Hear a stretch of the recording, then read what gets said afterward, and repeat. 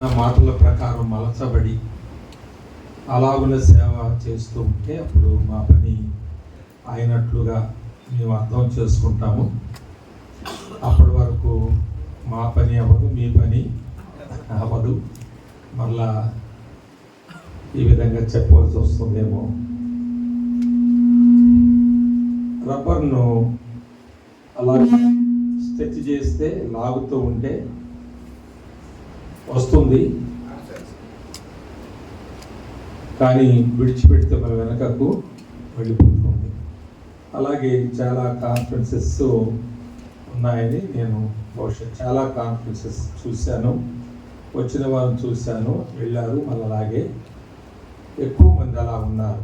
ఎవరో కొందరు ఒకటో రెండో మార్చుకున్నారేమో, కానీ మిగిలిన వాటిలో కూడా వారు మరి బలహీనలు కానీ మిగిలిపోయారు.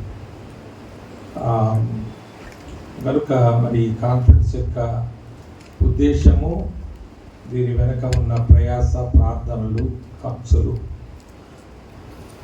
వీటన్నిటిని ఒక ప్రక్క త్రాసులో వేసి మరో ప్రక్క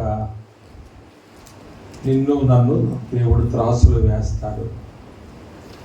మెనే టెకెల్ ఫారసిన్ అనే మాట ఆయన ఒకసారి పలికాడంటే తర్వాత మనం ఎవరూ కూడా కనబడము.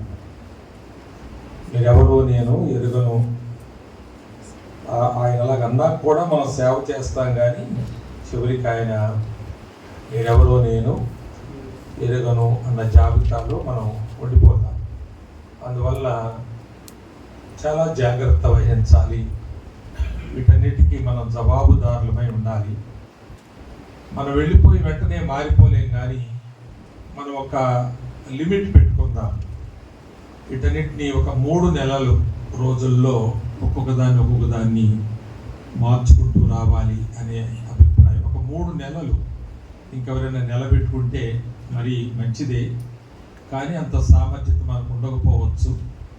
కనుక 2-3 నెలలు మనం పెట్టుకుని విన్న వాక్యాలలో మనం ఎలా ఉన్నామో చూసుకొని దానిలో మనం మార్చుకోవడానికి 2 రోజుల, 3 రోజుల, వారమా, 2 వారాల ఎంత పడుతుందో. ఫస్ట్ ఆఫ్ ఆల్ మనం చేయవలసిన ఒక ముఖ్యమైన పని ఉంది. మన సంఘాలకు వెళ్ళి మనము ఇంతవరకు ఎలాగ ఉన్నామో మన వ్యక్తిగత ఆధ్యాత్మిక జీవితంలో, బాహ్యంగా మన ఆధ్యాత్మిక జీవితంలో మనం బాగున్నామని అందరూ అనుకునేటట్లుగానే ఉంటూ ఉంటాం, కానీ మన ఆధ్యాత్మిక జీవితంలో ఎలాగున్నామో దానిని కొంత మేరకైనా, మరి వాళ్ళ చేత మనం విమర్శించబడి, హేళన చేయబడి, ఇంత వేషధారణ మన పాస్టర్ గారికి అని అనుకోనంత ఆ మేరకు మనం చెప్పనక్కర్లేదు, కానీ అంత పర్యంతం మనం ప్రజెంట్ చేసుకున్నక్కర్లేదు, కానీ కొంతైనా చెప్పాలి. నేను వ్యక్తిగతంగా నా ఆధ్యాత్మిక జీవితంలో అభివృద్ధి చెందవలసి ఉంది. మరి నేను చాలా పెరుగుతూ వచ్చాను, కానీ కొన్ని వంకర్లు ఉన్నాయి. మనకు తెలుసు కదా, ఒక తాడి చెట్టు నిటారుగా పెరుగుతుంది, కొన్ని తాడి చెట్లు వంకరగా పెరుగుతాయి. నిటారుగా పెరిగిన తాడి చెట్టుకు ఆ పైన ఆకులు ఉన్నట్టు, దాని కాయలు ఉన్నట్టు, ఈ వంకరగా పెరిగిన దానికి కూడా ఆకులు ఉంటాయి, కాయలు ఉంటాయి. కనుక అది తాడి చెట్టే, ఇది తాడి చెట్టే. దానికి ఏమున్నాయో దీనికి అవే ఉంటాయి, కానీ తుదకు ఇది పొయ్యిలోకి వెళుతుంది, అది ఒక కట్టడంలోనికి వెళుతుంది. కనుక మనం చేసిన పని కాలిపోకున్నట్లు మనం నిదానంగా ఉండాలి. కానీ కొన్ని విషయాలు నేను కొంత వంకరగా ఉన్నాను అనేది నాకు అర్థమైంది కాన్ఫరెన్స్లో. ఒకవేళ మనల్ని అడుగుతారు వెళ్ళిన తర్వాత మన సంఘం, అయ్యగారు మీరు అక్కడికి వెళ్ళారు కదా, ఏం జరిగిందంటే, ఏం జరుగుద్ది? జరిగేదే ఉంటుంది. అన్న పిలిచారు, చాలామంది సేవకులు వచ్చారు, వస్తారు, నేను కూడా అలాగూ ఆట విడుపుగా వెళ్ళొచ్చాను అన్నట్టుగా మన జవాబు ఉండకూడదు. చాలా జరిగింది. నేను మీతో మాట్లాడినప్పుడల్లా వాటిని వివరిస్తుంటాను. మీకు ఎక్కడెక్కడ నేను సరి చేయబడవలసి ఉందో, ఎక్కడెక్కడ పరిచర్య విధానం మార్చుకోవలసి ఉందో, ఏ పరిచర్యను నేను ప్రారంభించలేదో, ఏది మీకు అందించలేకపోయానో దాన్ని మరి నేను ఒక లిమిట్ పెట్టుకున్నాను. ఈ 2-3 నెలల్లో మిమ్మల్ని కూడా చాలా ఎక్కువగా ఆధ్యాత్మిక తీర్చిదిద్దేటువంటి ఒక పదునైన మరి గొడ్డలి వలె నేను పదులు పెట్టబడి వచ్చాను అని చెబితే వాళ్ళు ఏదో ఎదురు చూస్తూ ఉంటారు. ఏదో మీ నుంచి నా నుంచి ఏదో రాబోతుంది, తప్పకుండా ఆ మార్పుకు వాళ్ళని మనం సిద్ధపరచడానికి మెంటల్గా వాళ్ళని ప్రిపేర్ చేస్తాం. ఒకేసారి వాళ్ళ మీద పడిపోయేదో ఈ మార్పు లాగా కాదు, ఈ మార్పు ఇలాగా అని మనం చెప్పడం కాదు. ఇంకా దూరం అది చెప్పడానికి దూరం వచ్చాను. సరే, మామూలుగా అసలు నా నోరు పెద్దదే, ఇది లేకపోయినా ఏం కాదు, కానీ మరి ఉన్నాయి కాబట్టి వాడుకోవాలి. తరువాత మరి ఆ విధంగా కన్ఫ్యూషన్ మనం వెనక్కి వెళ్ళిన తర్వాత మన సంఘాల్లో మనం చేయకపోతే మనం సంఘంతో దాగుడు మూతలాడుతున్నట్లు. ఇదంతా స్వామి గారు శ్రీకాకుళంలో కనిమేలు ప్రార్థనా మందిరము ఏదో ఊసిపోక చేసినటువంటి ఒక ప్రోగ్రాంగా మనం వాళ్ళకి చెప్పకనే చెబుతున్నామని అర్థం. మా పాస్టర్ గారు అక్కడికి వెళ్ళకముందు ఎలా ఉన్నాడో వచ్చాక కూడా అలాగే ఉన్నాడు అని వాళ్ళు అనుకుంటే స్వామి గారు ఎంత వేస్టోడో వాళ్ళకి అర్థమవుతుంది.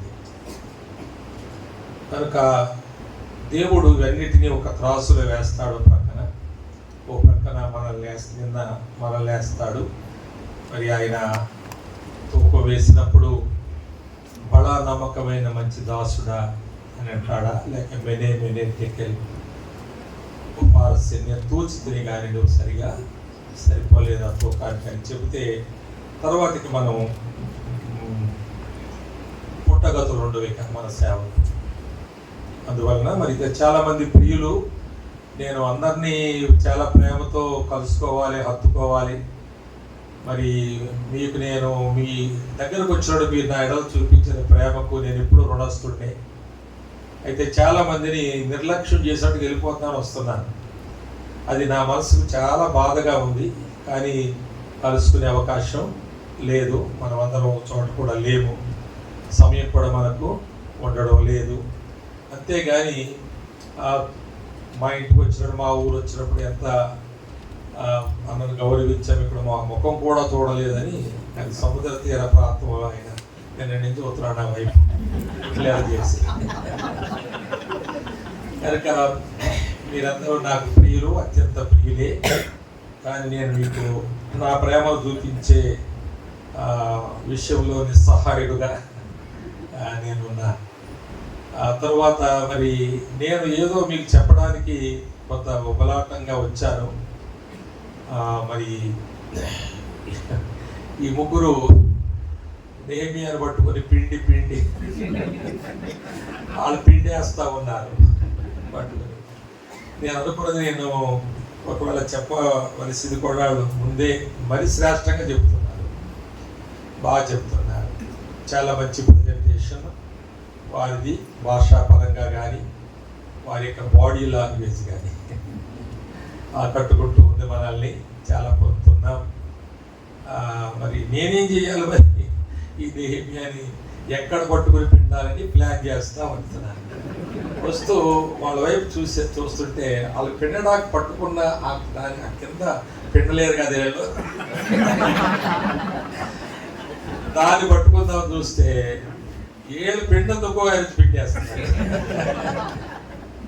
నా గత్యంతరం లేక బైబిల్లో ఏది చేర్చకూడదు కానీ 2 అక్షరాలు చేర్చుకుని ఎక్స్ట్రా అక్షరాలు 2 పెట్టుకుని నేను మీ ముందు నిలబడ్డాను. దాని నిమిత్తము మనం 2వ అధ్యాయము 18వ వచనాన్ని చదువుదాం.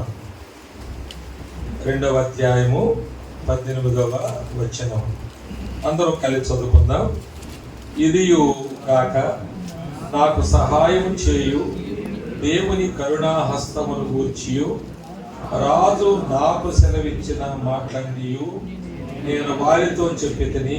అందుకు వారు మనము కట్టుటకు పూనుకొందము రండని చెప్పి ఈ మంచి కార్యము చేయుటకై బలము తెచ్చుకొని. ఇక్కడే నేను 2 అక్షరాలు కలుపుకుంటున్నాను. ఆ 2 అక్షరాలు కలుపుకుంటేనే నాకు వాక్యము మిగులుతుంది కనుక మాట చూడండి. మనము కట్టుటకు దగ్గర కట్టు కొనుటకు కొను అనే 2 అక్షరాలు కలుపుకొని మీ ముందు నేను నిలబడ్డాను కనుక నేను మొదటి దినమే చెప్పినట్లు కట్టేవారు ముందు వారు కట్టుకోవాలి. తనను తాను కట్టుకోని వాడు ఏమీ కట్టలేడు. మేము చర్చ కడుతూ ఉంటే ఒక ఆయన నేను ఆ బాబా నాకు విడిచిపెట్టాడు, ఒక మేస్త్రి అది నాకు విడిచిపెట్టాడన్నా, మా చర్చి మెంబర్ విడిచిపెట్టాడన్నా, అది నేను చూసుకుంటా నేను చేస్తాను. మొత్తం అంతా నాదే ఆ బాధ్యత. సిమెంట్ చేయడం అనమాట, గోడకే సిమెంట్ చేయడం. ఒకరోజు వచ్చి అన్న మరి సన్న ఇసుక ఉందా అని అడిగాడు. అంటే జల్లిడి పట్టిన ఇసుక ఉందా అని అడిగాడు.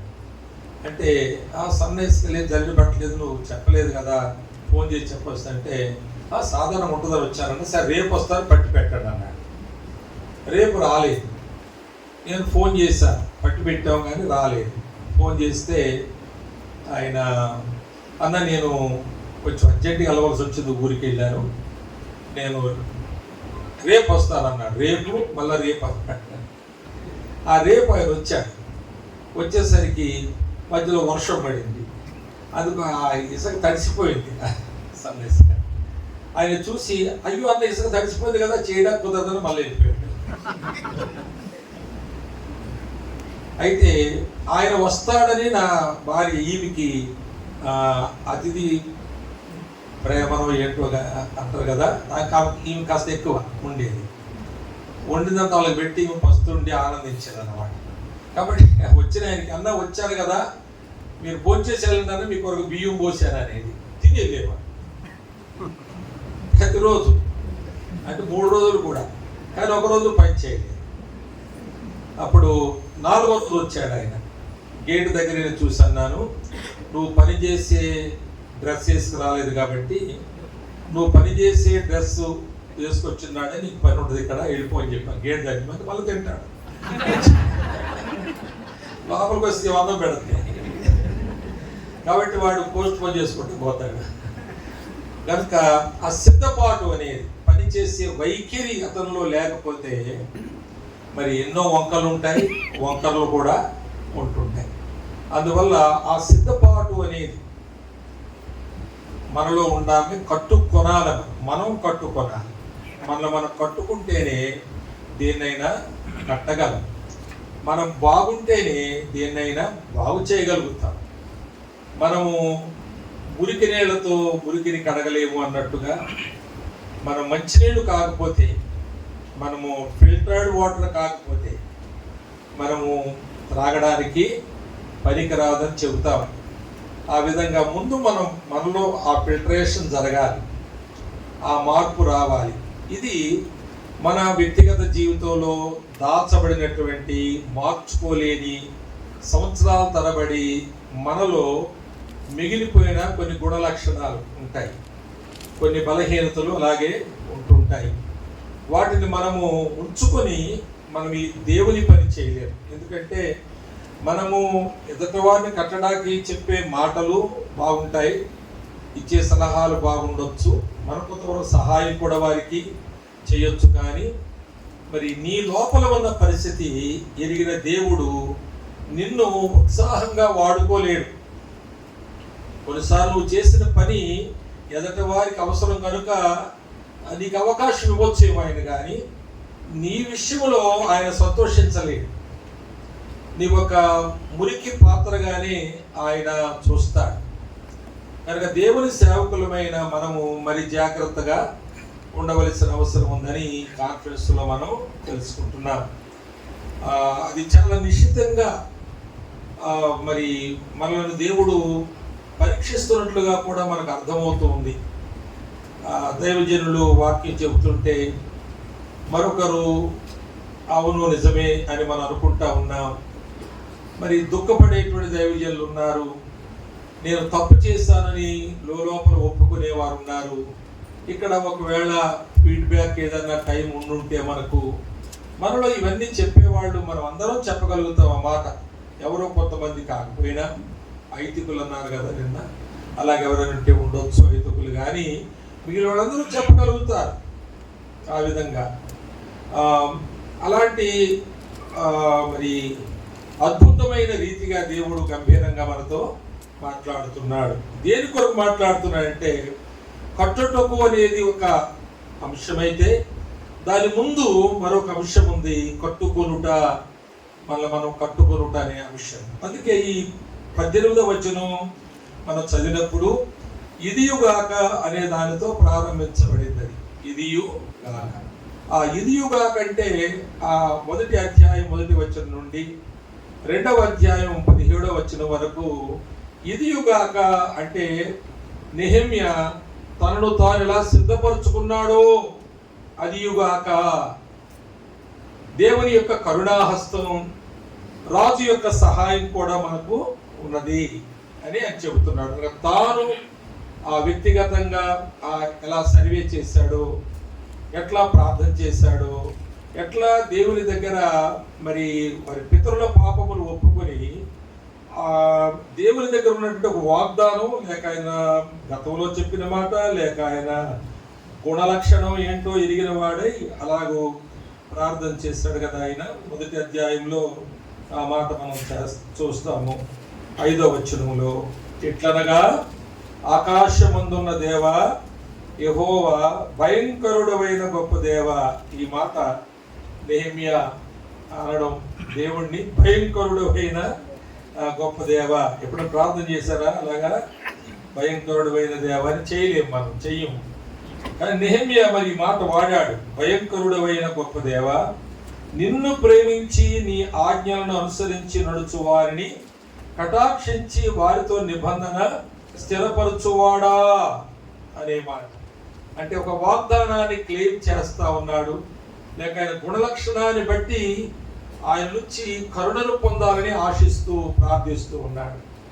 కాబట్టి ఆయన ఎన్నో చేశాడు. ఆ తరువాత మనం 2వ అధ్యాయంలో కూడా ప్రారంభంలో ఏ విధంగా ఆయన దుఃఖముఖముతో ఉన్నాడో, మరి రాజు ఎలా గుర్తించాడో, రాజు రాణి కూర్చున్నప్పుడు వాళ్ళిద్దరూ మాట్లాడుకుని, మన నెహెమ్యా ఈ మధ్యలో అంత సంతోషంగా కనబడతలేదు, మరి ఏంటో సంగతి మనం విపులంగా అడుగుదాము అని అడిగితే, మా పితరులు సమాధులున్న ఆ దేశంలో మరి నేను వెళ్ళి పని చేయాలనుకుంటున్నానని చెప్పాడు.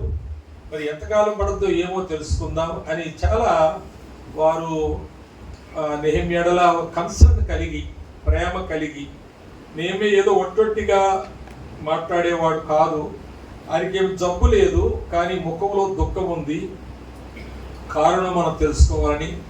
రాజు రాణి కూడా ఇంట్రెస్టింగ్గా ఉన్నారు కాబట్టి ఆయన వారు కూర్చున్న సమయంలో ఆయన పిలుచుకుని, మరి అది మరెక్కడ మనం చూడం అలాంటి మాటలు, కానీ పిలుచుకుని ఆయనతో కుటుంబీకుడు, ఇంటివాడుతో మాట్లాడినట్లుగా మాట్లాడుతుండే ఇవన్నీ కూడా చేసుకున్నాడు. తర్వాత అక్కడ వెళితే ఏం అవసరమో అవన్నీ చూసుకున్నాడు. ఆ తర్వాత ఆయన ఒంటరిగా మరి ఎన్నోసార్లు 12వ వచనం నుండి 2వ అధ్యాయంలో 11లో కూడా నేను నా అనే మాటలు చూస్తాము. మళ్ళా ఆ మాటలు మనం ఎక్కడి వరకు చూస్తామంటే 16వ వచనం వరకు కూడా మాట చూస్తాం. ఆ తర్వాత మరికొందరిని ఇన్వాల్వ్ చేయడానికి ఆయన మనము అనే మాట వాడుతూ వచ్చాడు ఆ ఒక వచనంలో 17లో. అయితే అంతకుముందు నేను అంటే అసలు గోడలు చుట్టూ తిరిగాడు. ఆయన ఎక్కిన పశువు కూడా పట్టని ఇరుకైన మార్గంలో కూడా చాలా అపాయకరమైనటువంటి, మరి పైగా రాత్రి వేళ ఆయన ప్రయాణం చేసి అదంతా కూడా పరిశోధన చేసి ఇవన్నీ చేసిన తరువాత ఇదియుగాక అని అన్నాడు. కనుక దేవుని సేవకులమైన మనము ఇలాంటి పరిశ్రమ, అంటే మనల్ని మనం కట్టుకొనుటకు ఏమైనా మనం చేస్తున్నామా, మన సిద్ధపాటు కొరకు ఏమైనా చేస్తున్నామా? చూడండి ఆ మాట మనం తిమోతికి రాసిన 2వ పత్రికలో చదివా, 3వ అధ్యాయము 16వ వచనం. 3వ అధ్యాయము 16వ వచనం చూడండి. దైవజనుడు సన్నద్ధుడై, ఇది ఆర్మీ లాంగ్వేజ్ అని చెప్పారు. Army language. సన్నద్ధుడు అంటే కవచము తొడిగి సిద్ధముగా ఉన్నవాడు అన్నమాట. కవచము తొడుగుకుని రెడీగా ఉన్నవాడు అన్నమాట సన్నద్ధుడు అంటే. దైవజనుడు ఎప్పుడు కూడా ముందు సన్నద్ధుడు కావాలి దేవుని పని కొరకు. దైవజనుడు అనగా ఆ మాట కూడా చూద్దాం మనం. యోహాను సువార్తలో 1వ అధ్యాయములో 6వ వచనాన్ని మనం చదువుతున్నాం. యోహాను సువార్త 1వ అధ్యాయము 6వ వచనం. దేవుని యొద్ద నుండి పంపబడిన, చాలా మంది మనుషులు ఉండరు, అప్పటికో మనుషుడు ఉన్నాడు, ఆ తర్వాత మనం కూడా ఉండొచ్చు. ఒక మనుషుడు గలడు అనేటువంటి మాట, ఈ మాట నేను చదివినప్పుడు ఒకవేళ ప్రారంభంలో ఎక్కువగా ఏమి స్పందించలేదేమో కానీ రాను రాను చాలా కాలం తర్వాత, సేవలకు వచ్చిన తర్వాత, కొన్ని సంవత్సరాల తర్వాత ఈ మాట మళ్ళా చదివినప్పుడు నాకు ఒక బుద్ధి పుట్టింది. దేవుని యొద్ద నుండి పంపబడిన ఒక మనుషుడు ఉండెను, అతని పేరు యోహాను అన్నప్పుడు నాకు ఒక బుద్ధి పుట్టింది. నా పేరు ఎందుకు కాకూడదు అని. అది అమాయకంగానో ఒకవేళ ఆత్రతో ఏదైనా అనండి, కానీ మొత్తానికి ఒక బుద్ధి పుట్టింది. అది మంచి బుద్ధి అనుకున్నాను. మంచి బుద్ధే కదా, దేవుని నుండి పంపబడిన మనుషుడుగా నేను ఉండడం. మరి నా పేరు ప్రకాష్ యోహాను అనే దగ్గర రాసుకుందామని అనిపించి ఓ పెన్సిల్ తీసుకున్నాను. ఎందుకన్నా మంచిది అంటే చెరిపేసుకోవచ్చు తర్వాత ఏదన్నా అటు ఇటు అయితే అని. నాకు ఇది 4వ 5వ బైబిల్ అనుకుంటా. మరి నా ముందు బైబిల్లో అలాగే ఉంది, కానీ ఈ మధ్య కొంతకాలం క్రితం నేను అనుమానంగా ఎందుకు ఉండాలి ఆ విషయంలోని పెన్నతో రాసేసాను. పెన్నతో రాశాను. మరి ఎంతవరకు జయిస్తానో తెలియదు, కానీ మొత్తానికి ఆ ఆశతో ఆ వ్యక్తిని నేను ఎందుకు కాకూడదు, నేను తప్పకుండా అయి ఉండాలి. అలా నేను అయి ఉండాలంటే ఆ యోహానును పంపడానికి యోహానులో ఉన్నటువంటి క్వాలిటీస్ ఏంటి, వాటిని ఎక్కువగా నేను అధ్యయనం చేయాలి. నెహెమ్యా మరి ఎలాగైతే తాను ప్రిపేర్ చేసుకున్నాడో దేవుని పని చేయడానికి, ఇప్పుడు మీకు ఇచ్చినటువంటి ఆ పేపర్లో ఒక 7 అధ్యాయాలు నేను ఇంతకుముందు ధ్యానం చేసి నేను మీకు చెప్పలేదు, కానీ ఏదండి పాట ఉన్న పేపర్ ఉంది కదా, అందులో కొన్ని వచనాలు 7 విషయాలు రాశాను. పాట నేను రాయలేదు, అది దైవజనులు శ్యాంబాబు గారు ఎప్పుడో రాసిన పాట. అది పాత పాటే, మేము ఎన్నోసార్లు పాడుకున్నాం, మా సభల్లో అవి వాడుకున్నాం. సరే, షీట్ ఎక్కడుందో ఆ 7 విషయాలు నేను రాశాను. అవి ఒకవేళ టైప్ చేయడంలో ప్రింట్ చేయడంలో హడావిడి అయిపోయింది కనుక అందించబడవలసినంత మరి అందరికీ థ్యాంక్ యూ సార్. నెహెమ్యా చర్యల సంక్షిప్త వివరణ అని ఉండాలి. సరే, ఇది అయిపోయింది. అది తర్వాత దీన్ని మళ్ళీ మీరు టైప్ చేసుకోవచ్చు. ఒక 7 అధ్యాయాలు శ్యాంబాబు గారు చెబుతూ మొదటి ప్రసంగంలో 6 అధ్యాయాలు వరకు అన్నారు. మరి 7వ అధ్యాయం కూడా నేను రాశాను. అంటే అది దేవుని పనిని కాపాడబడుటకు కొనసాగుటకు తీసుకున్న జాగ్రత్తలని. అది 7వ వచనం కూడా 7వ అధ్యాయం కూడా కొంచెం ఆ పనిలోనే కలుపుకుని జాగ్రత్తలు కూడా తీసుకున్నాడు కదా అనన్యాను నియమించిన విధానంలో. కనుక అవి కూడా రాశారు ఇందులో. కనుక ఈ 7 నేను మీకు నెహెమ్యా గ్రంథంలో ఏమీ చెప్పలేకపోయినట్లుగా ఉన్నా ఇవి మీకు కొంత సహాయకరంగా ఉంటాయని. మరి అలాగే ఈ పాట గుర్తొచ్చి వెనకాల ఈ పాట కూడా వేస్తే అది మనం చదువుకున్న చాలా సహాయకరమైన మాటలు అందులో ఉన్నాయి. చాలా ముఖ్యంగా మనకు ఆశాజనకంగా ఉన్న 4వ వచనం చూడండి. మరి మనమందరం ధ్యానారములకు వారసు, ఎంతైనా కలెక్ట్ చేసుకోవచ్చు ఇంకా 4వ. కనుక దాన్ని ఆ 7 అధ్యాయాల వరకే నేను అట్లా పొందుపరిచి మీకు ఇవ్వడం జరిగింది. గో త్రూ దట్ థరోలీ, బాగా చదవండి. మీరు మళ్ళీ రాసుకోండి, దాన్ని చక్కగా క్లియర్ చేసుకోవచ్చు. అందులో మరి నెహెమ్యా ఏ విధంగా తన పనిలో ఆ పరిశ్రమ అంటే వెనకకు తిరగకుండా విడవకుండా, ఈరోజు ఎంత ఎంకరేజ్మెంట్ అండి, ఎన్ని డిస్కరేజ్మెంట్స్, డిసప్పాయింట్మెంట్స్ ఆయనకి, ఎన్ని విధాలుగా, ఎన్ని వైపులు, ఎన్ని కోణాలలో, ఎక్కడ ఆయన ఆ ప్రిన్సిపల్ పాయింట్ ఏంటంటే దేవునికి ప్రార్థన చేసి చాలా గొప్ప మాటల చేత ప్రోత్సహించబడ్డాం. కనుక అలాగే నేను మరి యోహాను గురించి ఆలోచించినప్పుడు కొన్ని విషయాలు నేను రాసుకున్నా. దైవజనుడు సన్నద్ధుడవుట అనేటువంటి మాట, దేవుని యొద్ద నుండి పంపబడిన మనుషుడు. ప్రియులారా, ఇక్కడ దేవుని సేవకులమైన మనము అందరము కూడా ఈ మాటకు వర్తించిన సేవకులమై ఉండాలి. దేవుని యొద్ద నుండి పంపబడిన మనుష్యుడే దైవజనుడు అనగా దేవుని యొద్ద నుండి పంపబడిన మనుష్యుడు. దైవజనుడు ఈ మాటను జిఆర్ క్రో గారు వాడుక భాషలో పవిత్ర గ్రంథం వ్యాఖ్యాన సహితలో దైవజనుడిని దేవుని మనిషి అని తర్జుమా చేశాడు. ఇది ఆపరేట్ చేసి అందరూ బైబిల్ ఉంటే నాకు గొడవ లేకపోవడం ఎంతో బాగుంది. అది మరి వాళ్ళ చేతిలో బైబిల్ ఉంటే ఏళ్ళు అనవసరం నాకు తిప్పకపోనేమో. సరే, బైబిల్ పెట్టుకోండి, వదిలేయండి, సౌండ్ ఎలా ఉంటే అలా ఉంటుంది. కానీ కనుక మరి దేవుని మనిషి, ఐ బిలాంగ్స్ టు గాడ్, నేను దేవునికి చెందిన వాడను, హీస్ ఆఫ్ మీ, నావాడు, దేవుడు నావాడు అని మనల్ని అనడం అనే మాట ఎంత సంబరం. ఆయన ఈ లోకంలో ఎందరో ఉన్నారు, మరి వాళ్ళందరికీ హోదాలు ఉన్నాయి, ఘనత ఉంది. కానీ దేవుడు నా మనిషి అని అన్నవాడి కంటే గొప్పవాడికి ఎవరు లేరు. మరో విచిత్రం ఏంటంటే ఎన్నో బైబిల్ కాలేజ్, యూనివర్సిటీ ఉన్నాయి, వారికి డిగ్రీలు ఇస్తారు. ఆ ముందు ఏదో వారికి ఒక రెవరెండ్ అని, డాక్టర్ అని ఏదో తగిలిస్తూ ఉంటారు. ఆ డిగ్రీ ప్రకారం వారి యొక్క రీసెర్చ్ స్కాలర్స్ అయినందువల్ల ఏదో ఇస్తారు వాళ్ళకి. కానీ ప్రపంచంలో ఏ బైబిల్ స్కూల్ కూడా దైవజనుడు అనేది బిరుదు ఎవరికి ఇవ్వలేరు. ఎందుకు ఇవ్వలేరు వాళ్ళంటే, వాళ్ళు ఎందుకు ఇవ్వరంటే ఇవ్వలేరు కాబట్టి. వాళ్ళు ఎందుకు ఇవ్వలేరు అంటే అది దేవుడు మాత్రమే ఇచ్చే మాట, అది ఎవరు ఇవ్వలేరు.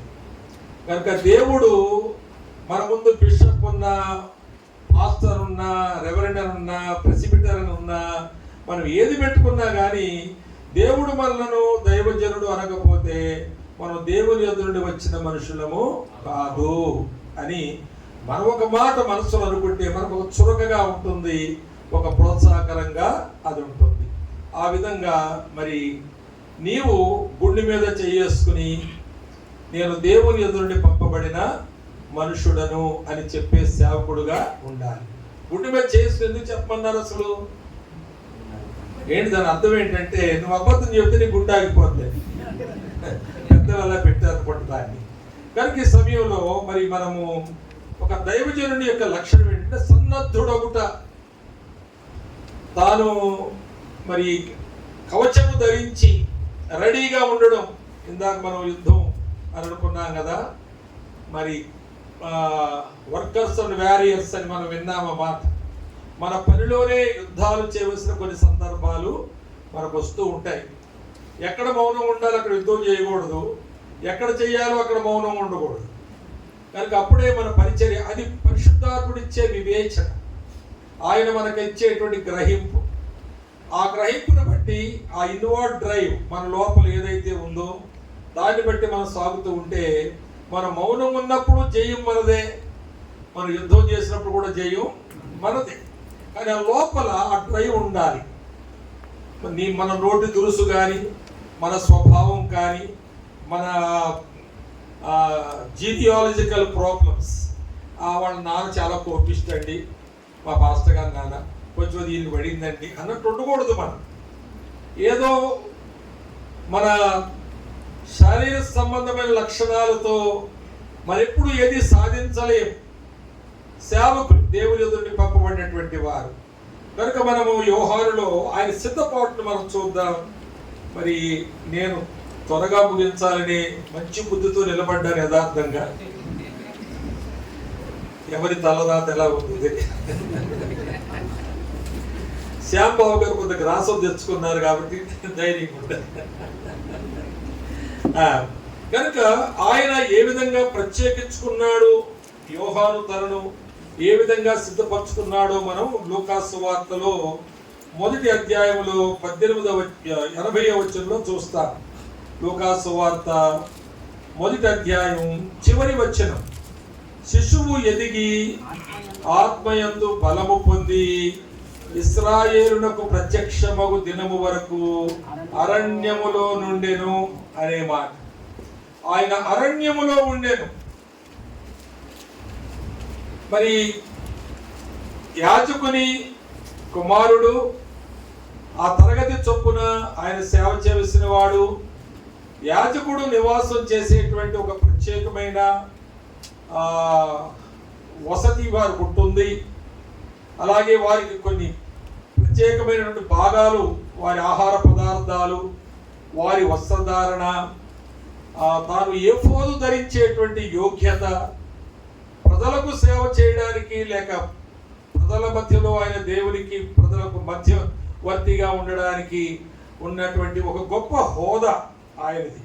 నిజానికి ఈ మొదటి అధ్యాయంలో లూకాసు సువార్తలో ఆయన విషయమై 14వ వచనం నుంచి మనం 17 వరకు చదివితే బహుశా 7 గొప్ప విషయాలు ఆయన యందు కనిపిస్తాయి. లూకాసు సువార్త 1:14 నుండి 17 వరకు కనిపిస్తాయి. అందులో ప్రారంభంగా అతడు ప్రభు దృష్టికి గొప్పవాడై అనేటువంటి మాట. ఒకవేళ తర్వాత జరిగేటువంటి పరిచర్యలు, అతడు పరిశుద్ధాత్మతో నిండుకొని ఉంటాడు. ఇశ్రాయేలు అనేకులు ప్రభు తిప్పుతాడు. ఆయన అతడు తండ్రుల హృదయాలు పిల్ల తట్టు తిప్పుతాడు. అవిధేయుని నీతిమంతుల జ్ఞానం అనుసరించులకు తిప్పుతాడు. ప్రభు కొరకు ఆయత్తపడి ఉన్న ప్రజలు సిద్ధపడుటగా ఏలి యొక్క ఆత్మ కలిగి ఉంటాడు. అతడు పుట్టినందున అనేకులు సంతోషిస్తారు అనే మాటను మనం ఇక్కడ చూస్తున్నాం.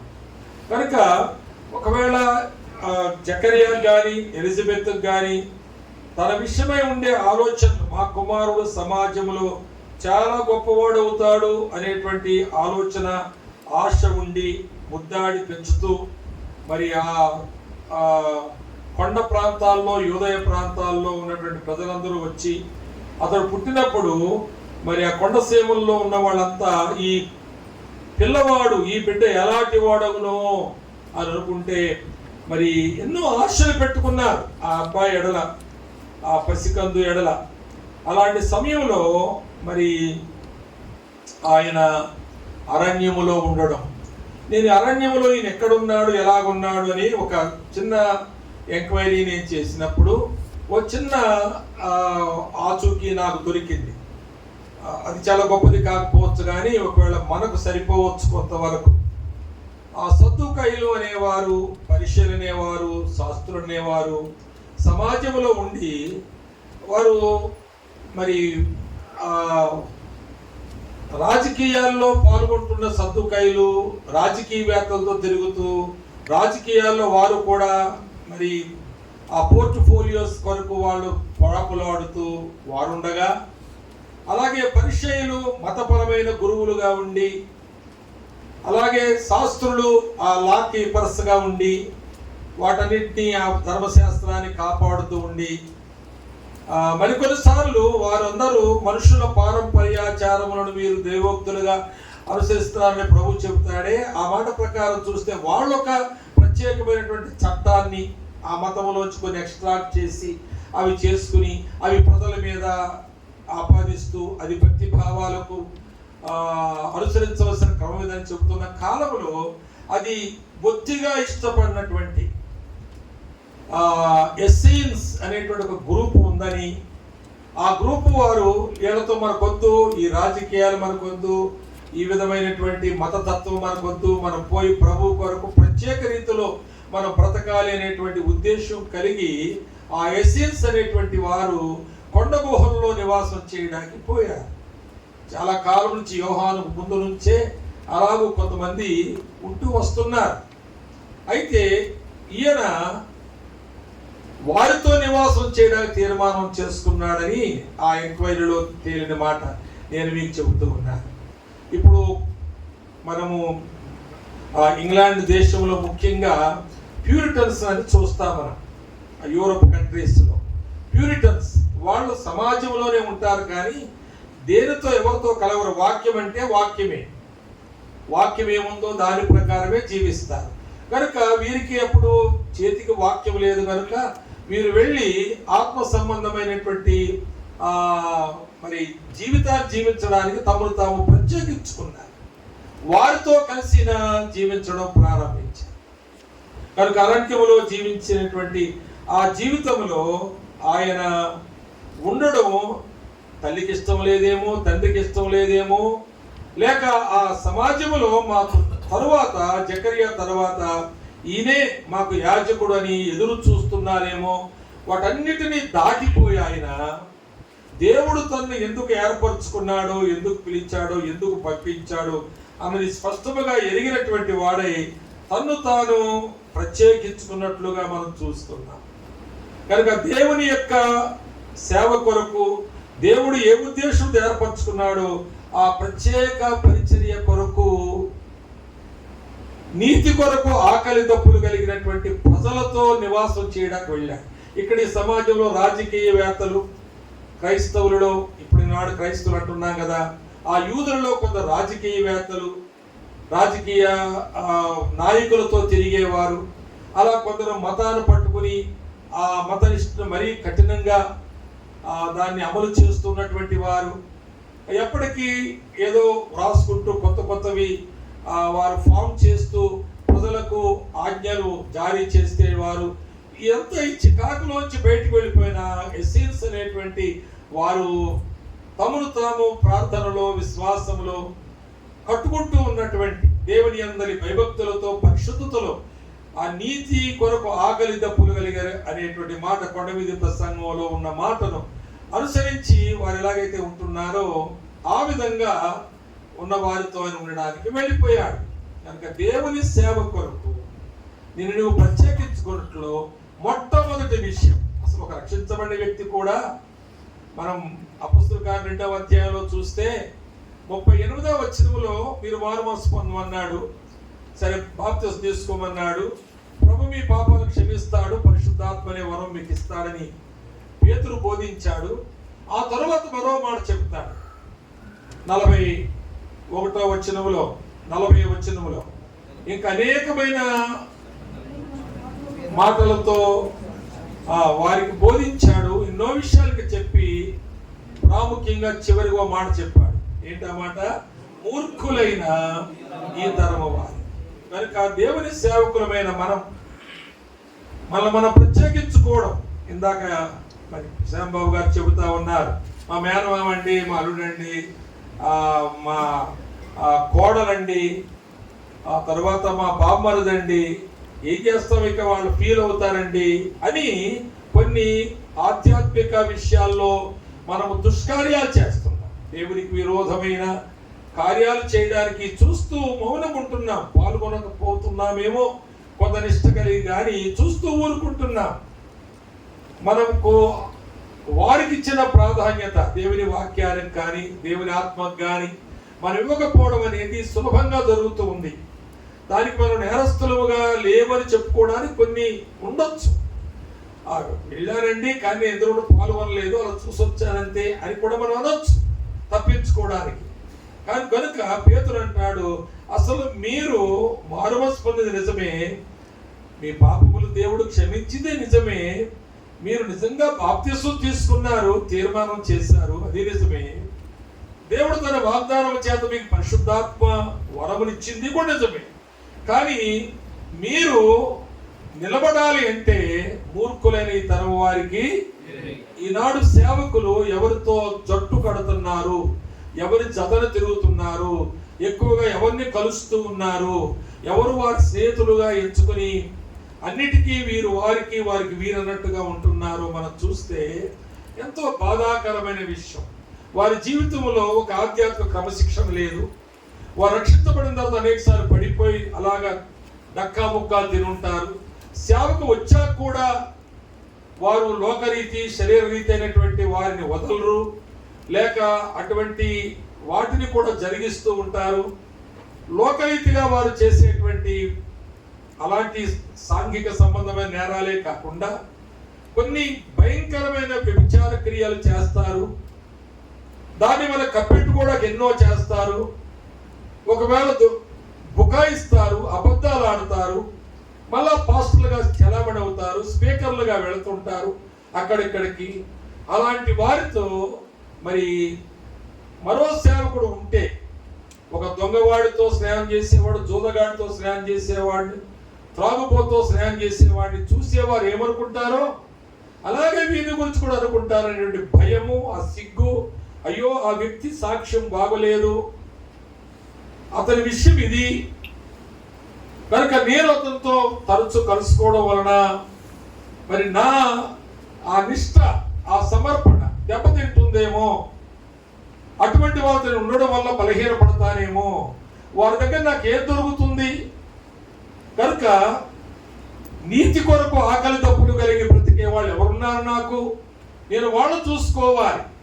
కొంతమంది సేవకులు నేనే లీడర్ని, నేనే నాయకుడిని, నేనెవరి దగ్గరికి వెళ్ళాలి, నా దగ్గరికి అందరూ వస్తారు, అందరూ నాకే ఫోన్ చేసి సలహాలు అడుగుతారు, ఏదైనా సమస్య ఉంటే నన్ను తీసుకెళ్ళి పరిష్కరించుకుంటారు కనుక నేను వారితో ఉండవలసిన పని ఏంటి, వేరే వాళ్ళతో ఉండవలసిన పని ఏంటి అని నీతి కొరకు ఆకలి దప్పులు కలిగిన వారిని, పరిశుద్ధ జీవితం కొరకు పోరాడే వారిని I better die a minute before I lose my integrity అన్నాడు ఒక ఆయన.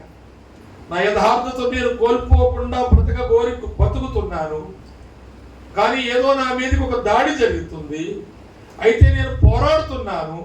ఒకవేళ నేను నా యథార్థతలో ఓడిపోయే పరిస్థితి వస్తే నేను ప్రాణం వదిలేస్తాను కానీ యథార్థతను వదలను అనే వాళ్ళతో నువ్వు స్నేహం చేస్తున్నావా?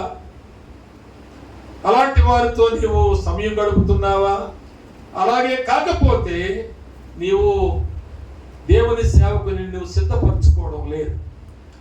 నీవు ఆదివారం ప్రసంగం చేసి పులిపీడి దిగిన తర్వాత మరలా ఆదివారం వరకు ఒక విచ్చలవిడి లక్షణం నీ లోపల ఉంటే నిన్ను దేవుడు నేనే పంపించాను ఇన్ని అని అంటాడా?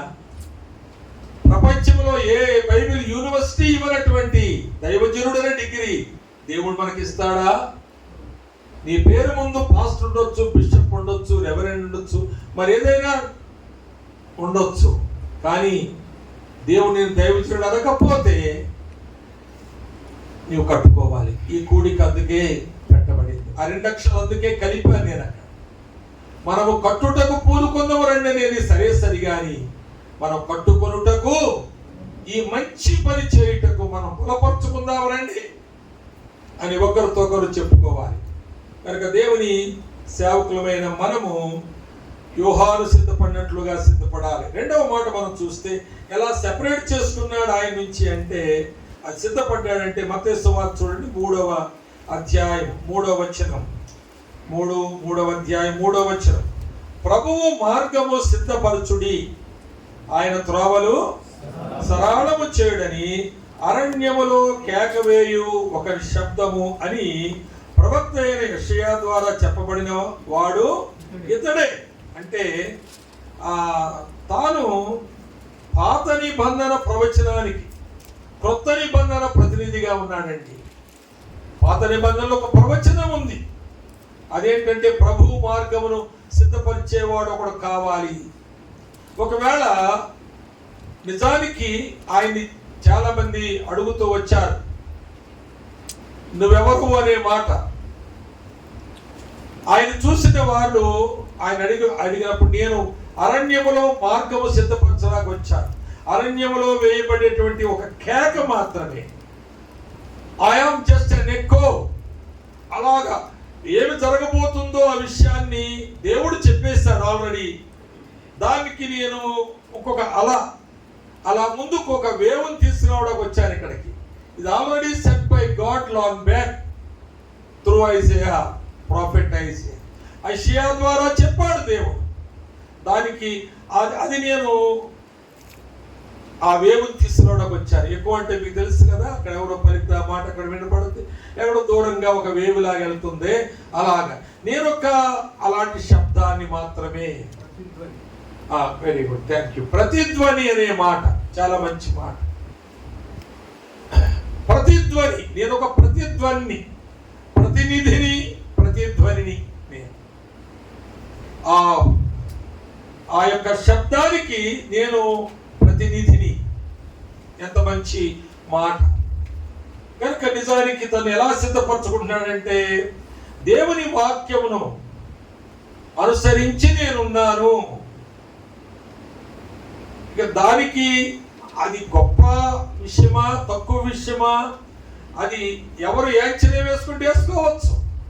కానీ నేను బతుకుతున్నది మాత్రము, నేను ఉన్నది మాత్రము, నేను వచ్చినది మాత్రము నేను ఆ శబ్దమునకు ప్రతిధ్వనిగా వచ్చాను.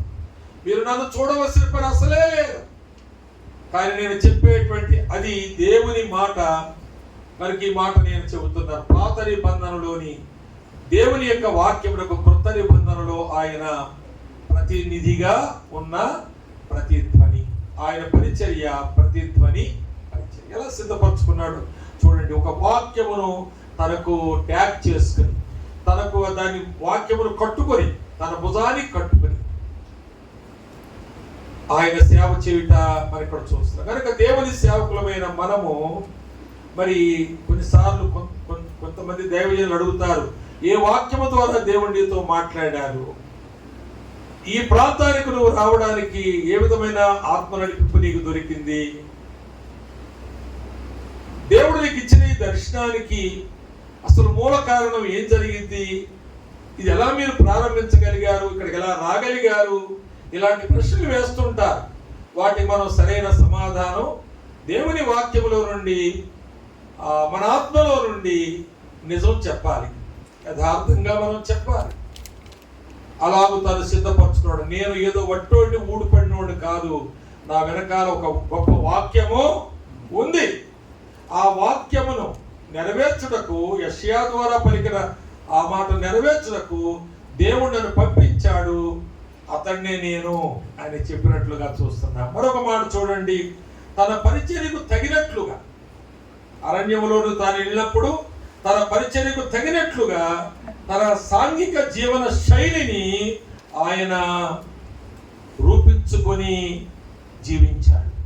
తను ఎక్కడ పరిచర్య చేస్తున్నాడు, ఎవరికి ఆ పరిచర్య అందించాలి, అక్కడ తాను ఎలా ఉండాలో అలా ఉండడం మనం చూస్తాం. అది కూడా మత్తయి సువార్తలో 3వ అధ్యాయంలో 4వ వచనములో ఈ యోహాను ఒంటె రోమముల వస్త్రమును మొల చుట్టూ తోలు దట్టియు ధరించుకునేవాడు, మిడతలను అడవి తేనియు అతనికి ఆహారం అవసరమానికి లేదు.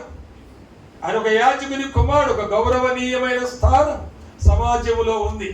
ప్రజలకు దేవునికి మధ్యలో ఆయన ఒక ప్రతినిధిగా ఉండవలసిన వాడు. అది వాళ్ళ వంశ పారంపర్యంగా వస్తుంది. తరగతి చొప్పున ఈయన జకరియా పనిచేస్తున్నాడు. అలాగే తన వంతు వచ్చినప్పుడు యోహాను కూడా ఆ తరగతి క్రమము చొప్పున పనిచేయవలసిన వాడు. కానీ తాను పంపబడిన కారణం వేరే ఉంది. దాని కొరకు ఆయన పని చేయాలి. కనుక ఆయన ఎక్కడ ఉన్నాడో మరి అక్కడ ఆయన చేసే పనికి ఆయన జీవన శైలి ఎలా ఉండాలో, ఆయన ఒంటె రోమముల వస్త్రములు మొల చుట్టూ తోలు దట్టి ధరించుకొనుట ఒక ఆక్షేపణకరమైనటువంటి డ్రెస్. అది పెద్ద వేరే వాళ్ళు చూసి ఆహా యాజకుడు కుమారుడండి ఎంత ఘనమున్నాడు అనేది కాదని, తన పరిచర్యకు సరిపోతుంది ఆ వేషం, తన పరిచర్యకు సరిపోతుంది ఆ భోజనం, ఆ తిండి, తన నివాసం చేసే స్థలం. కాబట్టి మన లైఫ్ స్టైల్ కూడా మన సేవలో చాలా ఇంపార్టెంట్. నిజంగా మనం సేవ చేసే స్థలాల్లో మొన్న ఒక ప్రశ్న వచ్చింది నాకు. అదేంటంటే మరి ఆర్థికంగా చాలా సర్వసాధారణమైన పరిస్థితులు, అంటే మేము బిలో పోవర్టీలో ఉన్న ప్రజలము. మా చర్చిలో మేము అందరం దాదాపు అలాగే ఉంటాం. కానీ మా పాస్టర్ గారు పాస్టమ్మ గారు చాలా స్టైల్గా ఉంటారు.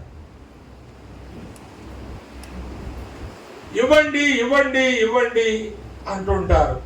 మేము కూలీనాలి చేసుకునేవాళ్ళం, ఇస్తున్నాం సార్, మేము ఎప్పుడు తప్పు దేవుని దాచుకోం, దొంగిలించం. కానీ వాళ్ళ స్టైల్కి మా సరిపోతారు. మేమేం చేయాలి అర్థకాడు, మళ్ళా వాక్యం చెప్తే బాగా చెప్తారు, కానీ బ్రతుకు చూస్తే రోజుకోలాగు మేకప్లు అవుతూ ఉంటారు. ఆయనకి ఈమె పోటీ అంట, ఈమెకి ఆయన పోటీ అంట. ఆ విధంగా అంతా బ్రాండెడ్ పీపుల్ వాళ్ళు.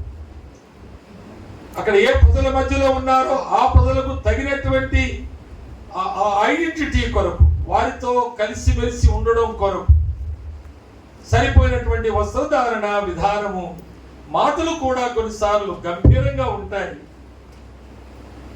మాట్లాడాలంటే భయమవుతుంది వాళ్ళతోటి. ఏం చేయాలి సార్, ఆ చర్చ మానేసి ఎక్కడికైనా పోదాం అనిపిస్తుంది. అలాగే ఇద్దరు ముగ్గురు వెళితే వాళ్ళకి శాపనార్థాలు పెట్టాడు ఆయన, మేము భయపడి ఉంటున్నాం. ఇలాంటి వ్యవహారాలు మరి మన జీవన శైలిని, మనం ఏ పరిచయం చేస్తున్నామో, ఎవరికి పరిచయం చేస్తున్నామో వారికి అనుకూలంగా ఉండాలనేటువంటి ఆ సిద్ధపాటు మనలో లేకపోతే మన పరిచర్య నిందించబడుతుంది, ఆక్షేపించబడుతుంది, ఇతరులకు అభ్యంతరకరంగా ఉంటుంది. మన సంఘమే మనతో మాట్లాడడానికి భయపడుతూ ఉంటే మరి వారు ఎవరితో మాట్లాడాలి, వారి సమస్య ఎవరితో చెప్పుకోవాలి, వారి సాక్ష్యం ఎవరు చెప్పుకోవాలి, వారి అవసరం ఎవరు చెప్పుకోవాలి, వారి ఉన్నటువంటి ఆధారం వాళ్ళ బంధువులు విడిచిపెట్టి, కులాన్ని విడిచిపెట్టి వెలివేయబడి కొన్నిసార్లు ప్రభు నమ్ముకున్నందుకు కష్టాలు పడి సంఘంలో ఉంటుంటే మరి మనమే వారికి అందుబాటులో లేకపోతే, మనమే వారికి అవకాశం ఇవ్వకపోతే మరేమైపోవాలి, దిక్కుమాలిన వారు కారా? కనుక ఆయన జీవన శైలి సర్వసాధారణంగా ఉంది. నేను యాజకుని కుమారుణ్ణి అని ఆయన ఒక్కసారి కూడా అనుకోలేదు. నేను ప్రభు చేత, దేవుని చేత పంపించబడ్డ మనుషుణ్ణి. అదే మాట ఆయనలో గిగ్గురమంటున్న మాట, ఆయనలో తిరుగుతున్న మాట. నేను దేవుని చేత పంపించబడ్డాను. ఎందుకు పంపించబడ్డాను? దానికి తగినట్లుగా నేను సిద్ధపడాలి. నీతి న్యాయములు కలిగి, ఈ మతాలు రాజకీయ ప్రభావాలు ఏమి లేకుండా ఊరినే సమాజాన్ని విడిచిపెట్టి పోయి ఆ గుహల్లో ఉండే వారి దగ్గరకు పోయాడు. అక్కడ ఉండడం ప్రారంభించాడట ఆయన. అరణ్యాల్లో తిరుగుతా ఉన్నాడు. వారి యొక్క వేషధారణ లేక వస్త్రధారణ ఆయన కూడా అలవర్చుకున్నాడు. ఒకవేళ రెస్పెక్ట్ ఇవ్వచ్చు, మీరు ఒక గొప్ప యాజకుని కుమారుడు కదా, మీరు మాతో ఎందుకు? జకరియా గారు చాలా మంచివాడు, ఎలిజబెత్ చాలా మంచిది, దేవుని యొక్క ఆజ్ఞలను సకల విధుల చొప్పున బ్రతికేవారు వాళ్ళిద్దరు. వాళ్ళిద్దరు యొక్క గోత్రాలు గొప్పవి, ఇద్దరు కూడా యాజక కుటుంబాలకు వచ్చిన వాళ్ళే. అది చాలా దేవుని చిత్తానుసారంగా మ్యారేజ్ చేసుకున్నవారు. అసలు నువ్వు పుట్టడం అంటే కూడా దేవుని చిత్తానుసారంగా పుట్టావు కనుక మీ తండ్రి తరువాత నీకున్నటువంటి ఆధిక్యతను ఎందుకు పోగొట్టుకుంటావు అంటే, లేదు లేదు, నేను దేవుని చేత పంపించబడిన పని అది కాదు. ప్రియులారా, అలాంటి ఒప్పింపుతో మనము పని చేయుట, సిద్ధపరచుకొనుట అవసరమైంది. మరొక మాట కూడా చెప్తాను మీకు. ఈయన చూసినప్పుడు లూకాసు వార్త 3వ అధ్యాయంలో మాట చూడండి. లూకాసు వార్త 3వ అధ్యాయం 15వ వచనంలో, 15వ వచనంలో జనులు కనిపెట్టుచు, ప్రజలు కనిపెట్టుచు ఇతడు క్రీస్తయుడునేమో అని అందరూ యోహాను గూర్చి క్రీస్తయుడునేమో అనుకుంటున్నారు. విచిత్రం ఏంటంటే, యోహాను చూసి యేసు ప్రభు అనుకున్నారు, యేసు ప్రభు చూసి యోహాను అనుకున్నారు కదండి. మనము అక్కడ చూస్తాం కదా, మార్కు సువార్త 6వ అధ్యాయంలో హేరోదు అనేవాడు ఈయన మృతుల్లోంచి లేచి వచ్చాడంటాడు. చూడండి, ఖచ్చితంగా నేను చెప్తున్నాను. 6వ అధ్యాయం మార్కు సువార్తలో 14వ వచనంలో, ఆయన కీర్తి ప్రసిద్ధమైన కనుక రాజు అంటే యేసు ప్రభుది. హేరోదు ఆయన గూర్చి విని బాప్తిసం ఇచ్చు యోహాను మృతుల్లో నుండి లేచి ఉన్నాడు కనుక అతని యందు అద్భుతము క్రియారూపములవుతున్నవి. 16 వచనం నుండి, అయితే హేరోదు విని, నేను తలగొట్టించిన యోహానే మృతుల్లో నుండి. అర్థమైంది కదా. యోహాను చూసేమో యేసు ప్రభు అనుకుంటున్నారు, యేసు ప్రభు చూసేమో యోహాను అనుకుంటున్నారు. అంటే వారిద్దరి యొక్క వైఖరి, వారి యొక్క గుణలక్షణాలు మరి వారికి ఒకేలాగు కనిపిస్తూ ఉన్నాయి. ఎంత ఆశ్చర్యకరమైన మాట. ఒక దైవజనుడు, దేవుని చేత పంపించబడినటువంటి వాడు క్రీస్తు పోలికలో తాను కనబడుతూ క్రీస్తును ఇతరులకు అందిస్తూ బ్రతకవలసిన వాడు లోకస్తులు ఉన్నట్లుగా టిప్ టాప్గా ఉండి, హైఫైగా ఉండి, వాళ్ళు అడిగినట్లుగా నన్ను ఎక్కడి నుంచో ఫోన్ చేసి మరి మాది పేద పరిస్థితుల్లో ఉన్న వాళ్ళం మేమందరం, కానీ మా అయ్యగారికి అమ్మగారికి స్టైల్ ఎక్కువ. ఏంటి ఈ మాట? వారికి ఆమెకు బంగారం కావాలి కావచ్చు, మరి ఈయనకి సూట్లు కావాలి కావచ్చు, మరి కార్లు కావాలేమో, మంచి బైకులు కావాలేమో, చాలా విలువైన మొబైల్స్ కావాలేమో, వారు వేసుకునే షూ అది చాలా విలువైంది కావచ్చేమో. ఇలాంటివి చూచి వారు అడుగుతున్నారు, ఏం చేయాలి? ఇవ్వండి ఇవ్వండి అంటారు. మేము ఇస్తే వాళ్ళు ఏం చేస్తున్నారంటే ఇలాంటి వాటికి ఖర్చులు పెట్టుకుంటున్నారు. ఏమి డెవలప్మెంట్ లేదు, భారము లేదు. వారితో కలిసి ప్రార్థన చేసినట్టుగా మాకు ఎప్పుడు అనిపించదు. ఎప్పుడు తిరగడమే వెనకాలేసుకుని, నన్ను చూడు నా భార్యను చూడు, సేవకులు అంటే ఏంటనుకున్నారన్నట్టు. కనుక ఈ వైఖరి ప్రభువును చూపించలేదు. యోహాను ప్రభువును చూపిస్తున్నాడు. అలా అనుకోవడానికి అనుకూలంగా బ్రతుకుతూ ఉన్నాడు. మరొక మాట చూడండి, 5వదిగా మరి మత్తయి సువార్త 3:1 యోహాను ప్రారంభించినటువంటి సువార్త, ఆ మాటలు మనం చదవాలి అక్కడ. యోహాను సువార్త 3:1, ఆ దినముల యందు బాప్తిసమిచ్చి యోహాను వచ్చి, పరలోక రాజ్యము సమీపించి ఉన్నది, మారు మనస్సు పొందుడి. తర్వాత మార్కు సువార్తలో 1వ అధ్యాయంలో 14-15 వచనాల్లో ఇలా చూస్తాం. యోహాను చెరపట్టబడిన తరువాత యేసు, కాలము సంపూర్ణమై ఉన్నది, దేవుని రాజ్యం సమీపించున్నది, మారు మనసు పొంది సువార్త నమ్ముడని చెప్పుచు దేవుని సువార్త ప్రకటించు గలిలేకు, అనగా యోహాను ప్రారంభించిన సువార్త మాటలే యేసుక్రీస్తు ప్రభు కొనసాగించినట్లుగా చూస్తున్నాం. యేసు ప్రభు ఏదైతే దేని కొరకైతే ఇక్కడ ఈ లోకానికి వచ్చాడో దాన్ని ఆయన ప్రకటించడానికి ముందు దానిని ఆయన యోహాను పరిచయం చేశాడు. ఆ మాటలు ఆ విధంగా ఆయన ఆ ప్రతిధ్వనిగా ఉన్నాడు. దేవుడు లోకమును ఎంతో ప్రేమించాడు. కొత్త నిబంధనలోనే పాత నిబంధనలోనే దేవుడు లోకం ఎంతో ప్రేమించింది. అక్కడనే ఇక్కడికి వచ్చింది. అక్కడ దాన్ని చెప్తున్నాడు ఇక్కడ. కనుక మీరు మారు మనసు పొందండి. The Kingdom of God is on hand. అది సమీపముగా ఉన్నది. మీరు మారు మనసు పొందండి. దేవుని రాజ్యము సమీపంగా ఉంది. ఆయన చెరపట్టబడ్డాడా? లోపలేశారా? అయితే నేను సువార్త ప్రారంభిస్తాను యేసు ప్రభు అనుకున్నాడు. ఏం ప్రారంభించాలంటే ఆయన ఏం చెప్పాడు అదే చెప్తున్నాడు. తేడా లేకుండా. కనుక ప్రభు హృదయంలో ఏ భారం ఉందో ఆయన లోకంలోకి ఎత్తుకొచ్చాడు. యోహాను కూడా అదే భారముతో అవే మాటలతో తన ప్రకటన ప్రారంభించినట్లుగా మనం చూస్తున్నాం. కనుక తను సిద్ధపరుచుకున్న విధానం మనం చూస్తే ఏదో అప్పటికప్పుడు ఏదో విధంగా తన యొక్క పాస్టరల్ రోల్ని ప్లే చేయడం కాదు. ఏదో తను కనుపరుచుకోవడం కాదు. ప్రతి దానికి పాత నిబంధనలోంచి కనెక్షన్ ఉంది ఆయనకి. దేవుని యొక్క ఉద్దేశంలోంచి కనెక్షన్ ఉంది ఆయనకి. దేవుని ఎడల ఇందాక శ్యాంబాబు గారు ఒక మాట చెప్పారు. అదేమంటే ప్రతి విశ్వాసకి పని ఉంది. చెయ్యరు కానీ ఉంది, పని అయితే ఉంది. చేసేవాడికి పని ఉంది, ఇక చేయని వాడు చేయకపోవచ్చు. అంత మాత్రాన ఆయనకు పని లేకుండా వదిలేయడానికి దేవుడు ఆయన రక్షించలేదు. వాడు చేయకపోవచ్చు, వాడికి జీతం లేదు, బహుమానం లేదు, వాడు ఏమీ దొరుకునని ఆశించడానికి అవకాశము వాడికి లేదు. కానీ విశ్వాసులు పని చేయాలి అనే మాట.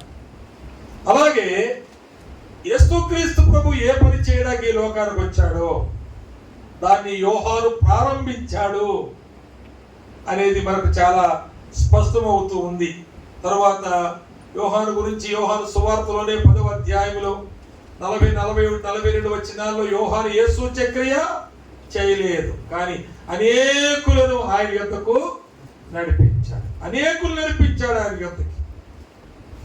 నిజంగా యేసు ప్రభువును ఎలాగని అనేక మంది ఎదుట ఎన్నో అద్భుతాలు సూచక్రియలు చేస్తే వాళ్ళు నమ్మేస్తారని మనం అనుకుంటాం. అలా చేసిన వాళ్ళు ఉన్నారే, దెయ్యములను వెళ్ళగొట్టాము, అద్భుతాలు చేశాము, తర్వాత ప్రవచనాలు ప్రవచించాము అని అంటే మేము అలా చేసేస్తే చాలా మంది ఫాలోయర్స్ ఉంటారు మాకు అనుకున్నారు. కానీ ప్రభువు అంటున్నాడు, మీరెవరో నేను ఎరుగను. అంటే వీళ్ళకు ఫాలోయర్స్ వచ్చారు కానీ వీరు ప్రభువుకు ఫాలోయర్స్ కాదు, వీళ్ళు ప్రభువుని వెంబడించే వాళ్ళు కాదు. అందుకే అక్రమము ఏంటి అక్రమం వీళ్ళు చేసింది అంటే నీ పేరును దెయ్యాలు వెళ్ళగొట్టామన్నారు, కానీ వీళ్ళ పేరు తెచ్చుకున్నారు.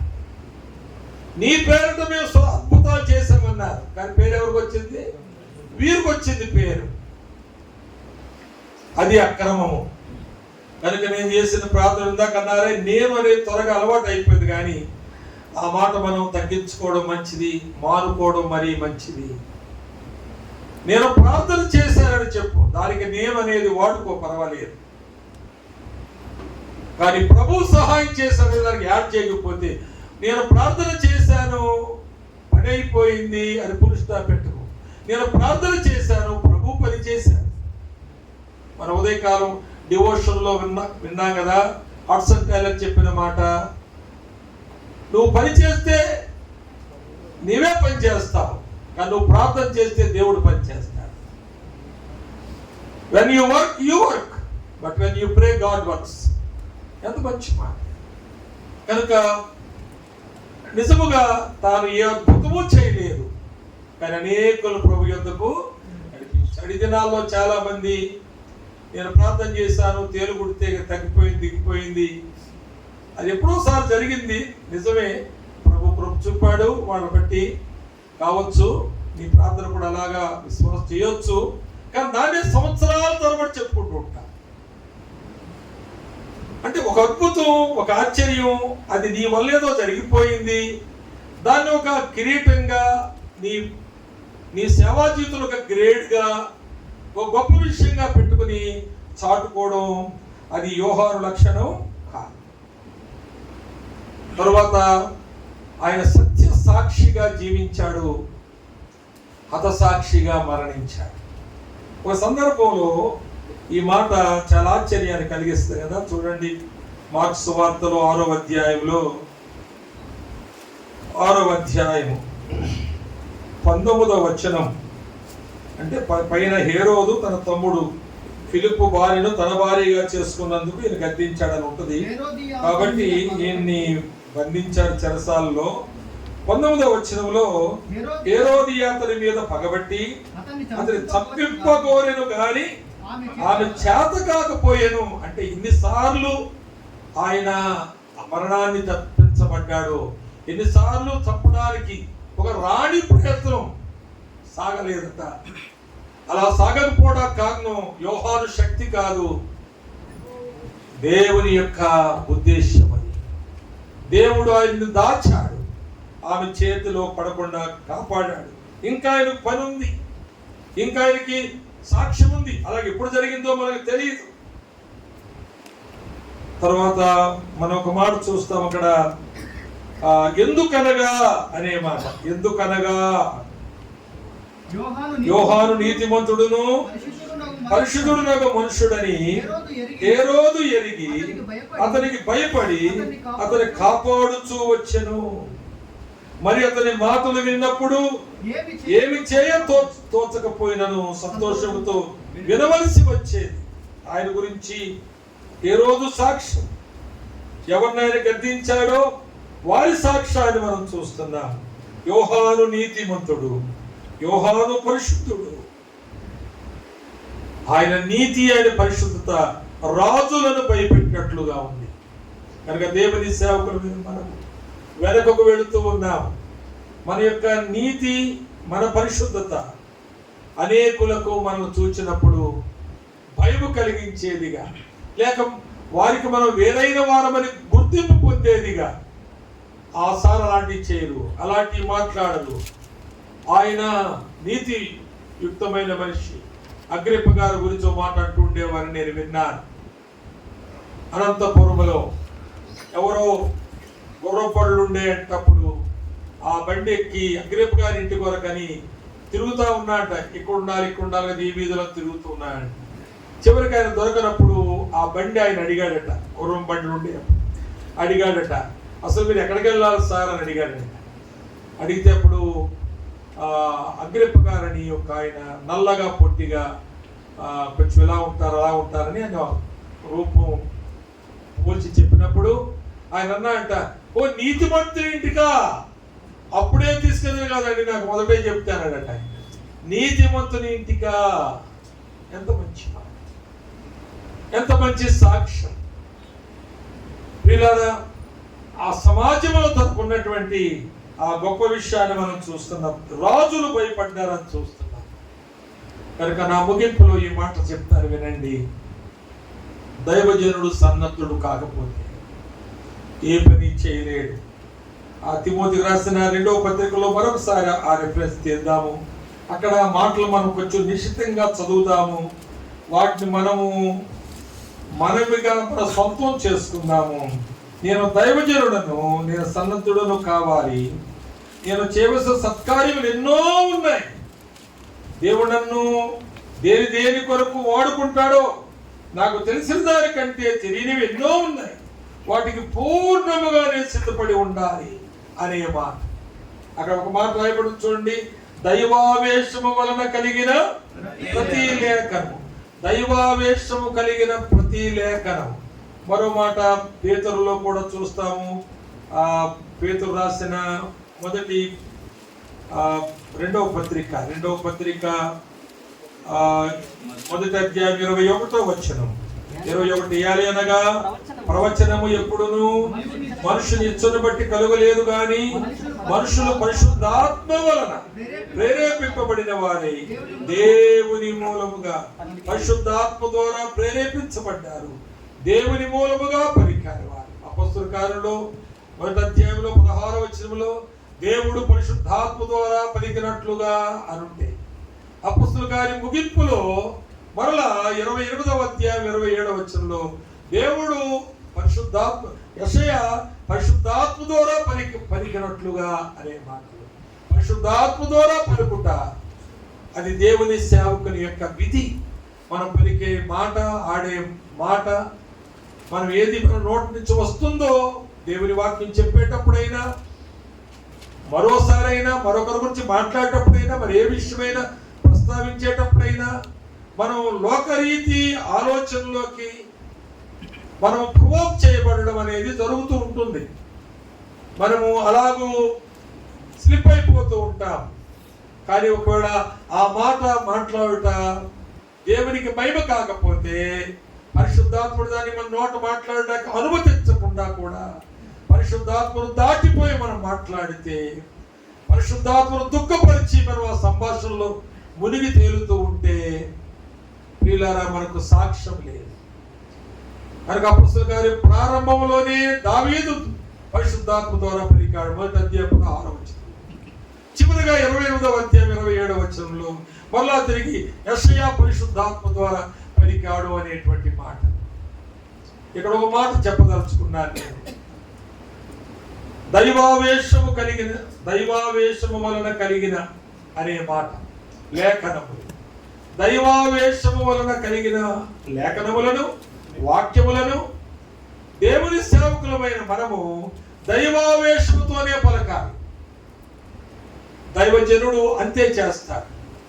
ఏదో లాలూచి మాటలతో కాదు, దైవావేశం వల్ల పలుకుట అనేటువంటి ఆ యొక్క గొప్ప అనుభూతి, అది అనేకులకు ఆశీర్వదకరముగా మనము కూడా దేవుని యొక్క మాటలు అదే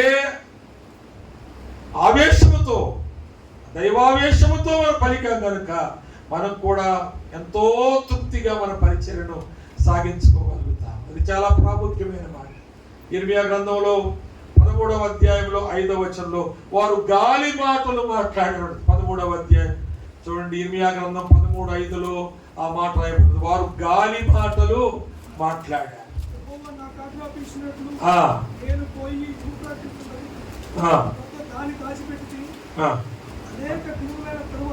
అంతేనా? ఇర్మియా గ్రంథంలో 13వ అధ్యాయంలో క్షమించండి 5వ అధ్యాయం 13వ 5వ అధ్యాయం 13:5 కాదు 5:13 ప్రవక్తలు పోట్లాడుకోకండి, మనం ప్రవక్తలు పోట్లాడుకోకండి. 5వ అధ్యాయం 13వ వచనంలో ప్రవక్తలు గాలి మాటలు పలుకుదురనియు అనే మాట. గాలి మాట యెహోషువ బిలాము గురించి మాట్లాడుతూ సంఖ్యాకాండములో అతడు ఏది పలుకునో అది జరుగును అని అక్కడ రాయబడి ఉంటే, 6వ అధ్యాయం 22వ వచనంలో అక్కడ అలా రాయబడి ఉంటే, యెహోషువ గ్రంథంలో 13వ అధ్యాయంలో సోదెగాడైన బిలాము ఏది పలుకునో, కొన్నిసార్లు మనం సేవకు వచ్చిన క్రొత్తలు చల్లిష్టగా ఉన్నాం. రాను రాను రాను రాను ఎందుకో గాలి మాటలు ప్రారంభించాం, ఎందుకో సోదే మాటలు చెప్పడం ప్రారంభించాం. నా ఆధ్యాత్మిక నాయకుడు, నేను కొంతమంది కూర్చున్నారు ఇంటి దగ్గర, ఆయన ఉన్నారు, స్నానం చేసి వచ్చేప్పుడే కూర్చున్నారు మా దగ్గర కూడా, ఒక చెట్టు కింద కూర్చున్నాం వాళ్ళ ఇంటి ముందు. అయితే మేము అప్పటికి మాట్లాడుకుంటున్న మాటలు ఆయన తుడుచుకుంటూ వస్తూ విని ఆయన నిలబడి ఆయన ఏమన్నారంటే, రెఫరెన్స్ లేని సంభాషణకి ఆపేయండి అన్నాడు. రెఫరెన్స్ లేని సంభాషణ అన్నాడు. మర్చిపోలేము అలాంటి మాటలు. అలాంటి దైవజనం తరచుగా కలుసుకోవడం వల్ల మనకు రెఫరెన్స్ ఉన్న మాటలకు అభ్యాసం ఉంటాయి, లేదా అన్ని రిఫరెన్స్ లేని మాటలే ఉంటాయి. బైబిల్ దాటిపోయి ఉంటాయి, ఎన్నో ఉంటాయి. బైబిల్ భాష రాదు మనకి ఇంకొక భాష. బైబిల్ భాషలో మనము మాట్లాడిన ప్రతి మాట అది దైవావేశం వల్ల మాట్లాడిన మాట, లేకపోతే మిగిలినవన్నీ కూడా గాలి మాటలు. మనకు తెలుసు కదా, లూకా సువార్త 3వ అధ్యాయంలో చతుర్థాధిపతులు ఉంటారు, అధిపతులు ఉంటారు, ప్రధాన యాజకులు ఉంటారు. కానీ అక్కడ ఒక మాట రాస్తుంటది, దేవుడు తన వాక్యమును అరణ్యములో ఉన్న యోహాను దగ్గరకు పంపించాడు. ఎందుకు పంపించాడు ఎక్కడికంటే ఆయన అయితేనే కరెక్ట్ గా మాట్లాడతాడు దాన్ని. ఈ చతుర్థాధిపతులు, ఈ యాజకులు, ఈ అధిపతులు, ఈ రాజులు కలుపుతారు, చెరుపుతారు, కానీ యోహాను అయితేనే కరెక్ట్ గా మాట్లాడుతాడు. కనుక దేవుడు తన వాక్యమును సేవకుల మీద మనకు ఇవ్వాలంటే మనం కరెక్ట్ గా మాట్లాడేవాళ్ళమని దేవునికి నమ్మకం కలగాలి. ఆ విధంగా మనం ఆత్మలో సిద్ధపడి ఉన్నాము అని కలగాలి. యోహాను గురించి ఒక మాట చెప్పబడింది, ఆయన మండుచు ప్రకాశించుచున్నటువంటి దీపము అనే మాటను మనం చూస్తాం. ప్రియులారా, ఆయన మండుచు ప్రకాశించాడు. 5వ అధ్యాయం యోహాను సువార్త 35వ వచనంలో మాట మనం చూస్తాం. కనుక దేవుని సేవకులమైన మనం ఇంత చెప్పిన తర్వాత కూడా మనకు మంట పుట్టకపోతే, లూకా సువార్తలో ఒక మాట చూడండి, 24వ అధ్యాయం 24వ అధ్యాయము లూకా సువార్త 32వ వచనం. అప్పుడు వారు ఆయన త్రోవలో మనతో మాట్లాడుచు లేఖనములను మనకు బోధించుచున్నప్పుడు మన హృదయము మనలో మండలేదా? చాలా ఆలస్యంగా ఆ మాట ఒప్పుకుంటున్నారు వాళ్ళు.